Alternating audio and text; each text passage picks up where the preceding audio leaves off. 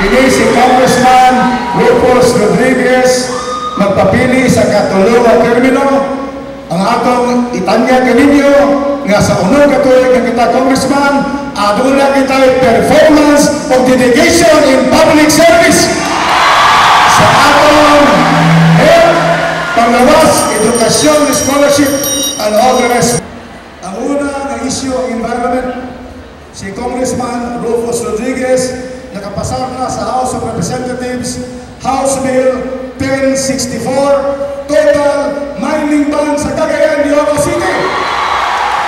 Ikaduha, kita usab nag-file kita og logging ban. Gusto nato nga mawa lagi logging sa Cagayan de Oro. Pag-uwan usab, nakapayag kita og anak creating Cagayan de Oro River Authority, kinahanglan na kinayaan sa River Basin.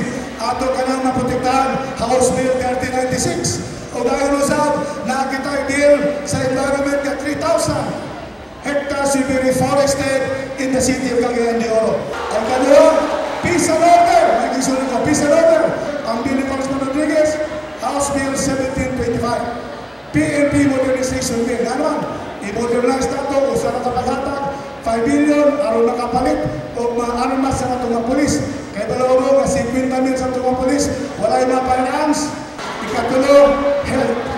Si Congressman Rodriguez, nag-file ng bill dito sa House of Representatives. Ang bill na ito, House Bill 253, upgrading Himon and Giagora, ikaw pa, city, local governance, city governance.